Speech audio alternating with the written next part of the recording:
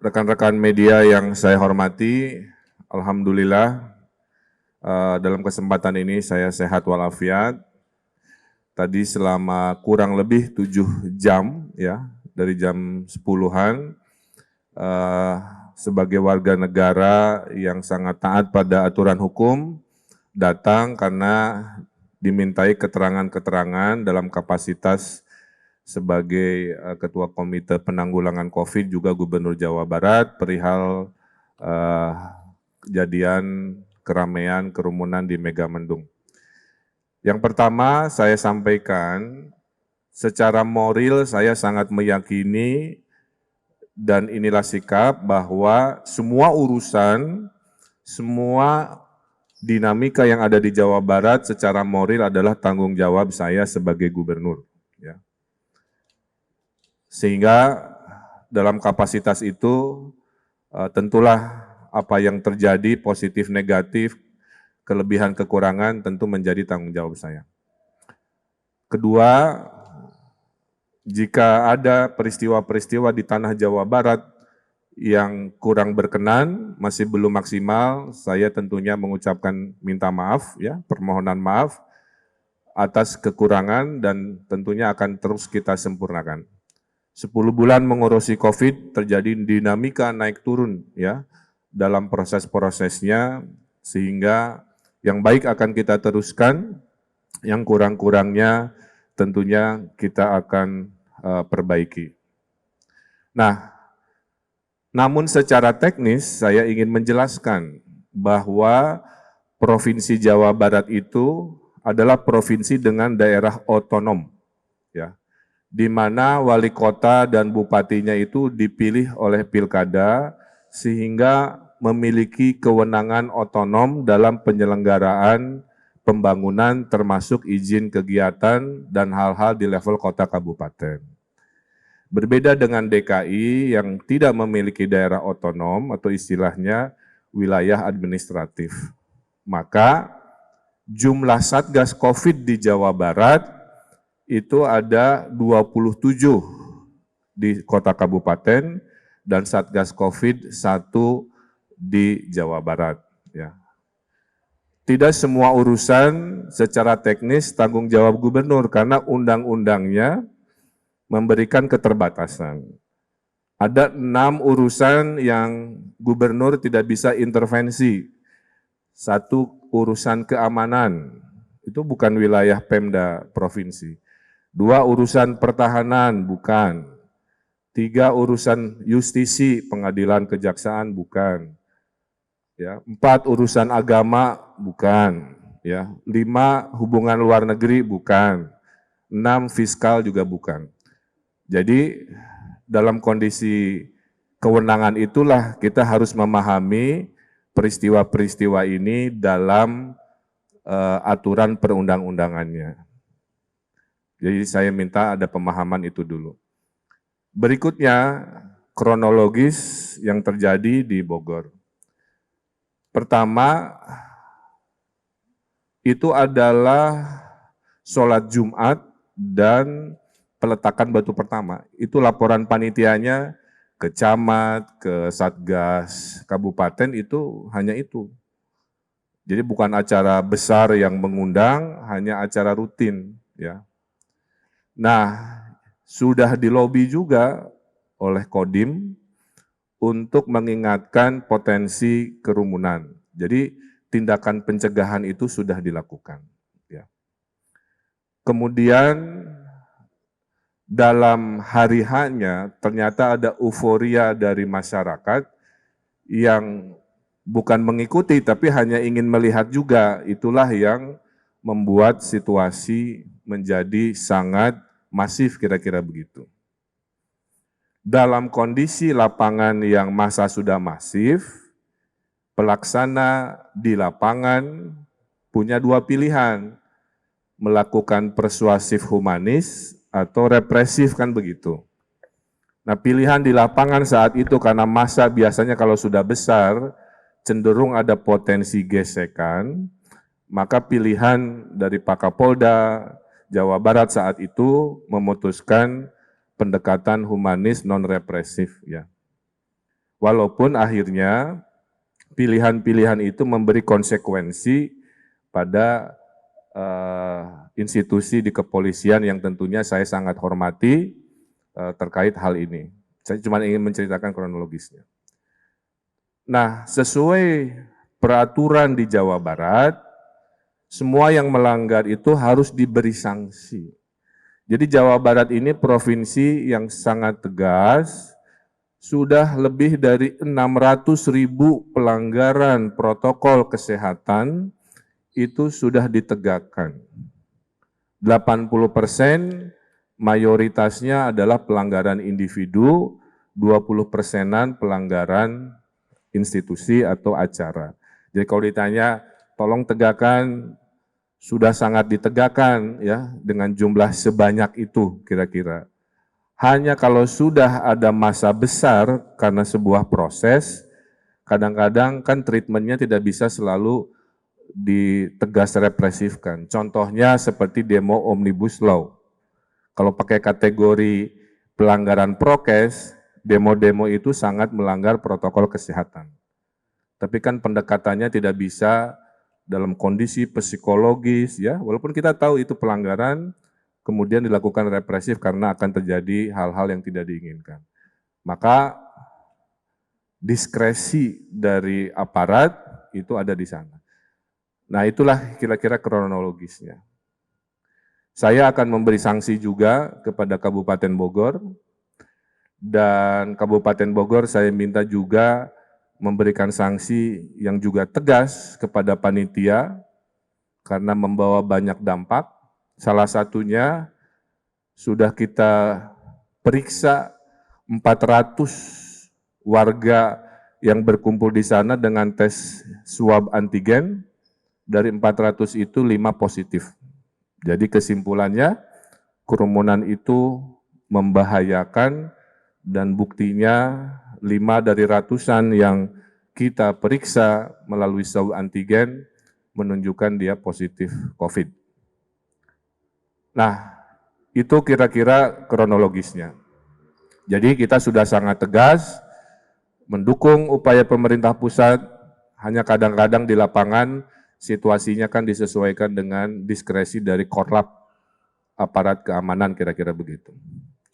Berikutnya, terkait Pak katanya nanti disanksi oleh Mendagri, mungkin ada pertanyaan ya. Saya kira urusan di Republik ini kita serahkan pada aturan perundang-undangan, ya. Karena pada dasarnya semua jabatan ini ada resikonya, tapi harus berasaskan adil. Karena biasanya pemberhentian kepala daerah itu kalau dia melakukan perbuatan pribadi tercela gitu kan. Tapi kalau dinamikanya datang dari pihak masyarakat, ya masa logika itu diperlakukan. Tapi kita setuju itu. Walaupun bagi saya secara pribadi, yang namanya jabatan itu kan hanya sementara, ya, bukan segalanya. Saya diajari dalam syariatnya, Kulillahumma malikal mulki tuti mulka mangtasya wa tangziul mulka mimantasya. Allah berikan kekuasaan kepada kami, ya, dan Allah juga suatu hari cabut kekuasaan itu. Jadi saya kira kita ikuti saja prosedurnya. Nah, berikutnya, penanganan COVID ini sudah sangat melelahkan, ya, dan solusinya sudah dekat yang namanya vaksin.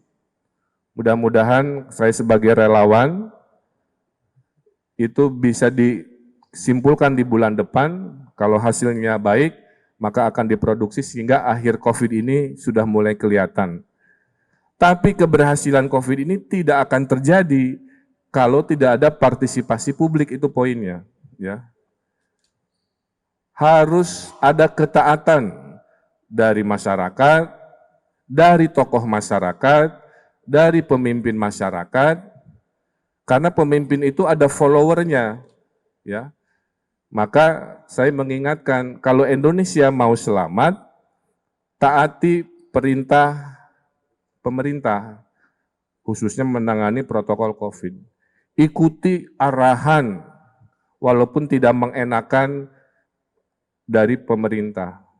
Kembali ke urusan syariat yang saya yakini, Atiullah wa atiur rasul wa ulil amri minkum. Kalau mau selamat, taat pada Allah, Rasul, dan pemimpin di antaramu. Kira-kira begitu. Karena kalau sudah tidak taat, terus mau gimana? Ya. Nah inilah harapan saya menghimbau, kita lagi sama-sama sulit, kita harus berikan hal yang positif. Nah terakhir dari saya, ya, bahwa saya menghimbau kepada masyarakat, kepada para pemimpin di level komunitas, ya, pemimpin partai, pemimpin wilayah, semuanya untuk menjaga lisan, menjaga tindakan selama COVID ini, ya. Kata-katanya tuh yang sejuk gitu, ya, bukan yang bikin ngamuk, ya. Tindakannya tuh yang inspiratif, bukan yang bikin provokatif, kira-kira begitu. Sehingga kalau mau hanya membahas pelanggaran yang sekarang, pelanggaran yang lain juga banyak. Mudah-mudahan bisa jadi hikmah. Ada pelanggaran di pilkada, kita tahu kan, ada pelanggaran di acara-acara lain, ada pelanggaran prokes di demo, dan sebagainya. Pemerintah mengizinkan masyarakat untuk berkegiatan, asal AKB, adaptasi kebiasaan baru. Maulidan boleh, tapi AKB maksimal 50 orang, sisanya pakai HP, kan begitu. Pernikahan juga boleh, tapi maksimal 30 atau berapa orang kan, sisanya nyelamatin via. Nah, jadi itulah maksud kita. Boleh mengadakan kegiatan dan sebagainya, tapi jangan pakai pola yang lama, ya, seperti yang terjadi sekarang. Pola lama itu berkerumun, beribu-ribu orang, akibatnya kayak tadi, kena COVID-5 di Megamendung kan, 2 Kapolda tergeser oleh tindakan-tindakan tidak taat itu. Maka saya himbau, kasihanilah, berempatilah kepada polisi dan keluarganya, ya, kasihan. Berempatilah kepada dokter, tenaga kesehatan, sudah lebih dari 120 dokter meninggal dunia kan. Kalau kita kekeh menganggap kegiatan harus seperti dulu.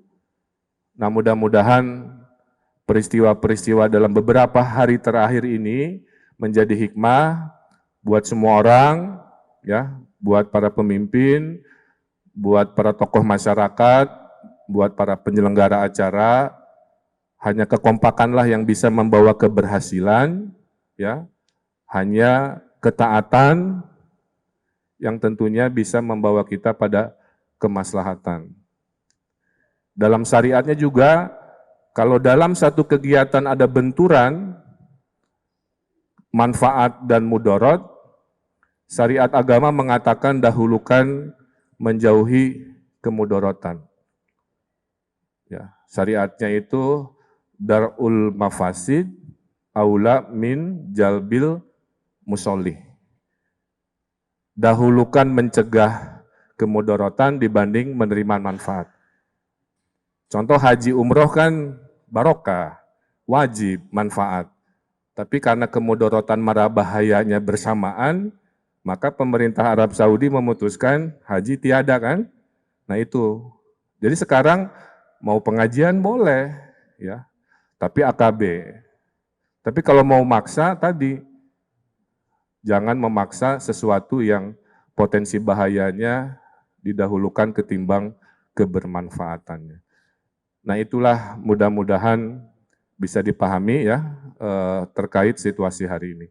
Jadi secara moral saya bertanggung jawab, tapi secara teknis sesuai tadi klarifikasi ya, itu teknisnya itu ada di Satgas Kabupaten Bogor, karena menurut Undang-Undang Otonomi, kegiatan lokal itu tidak perlu selalu dilaporkan dan minta izin gubernur.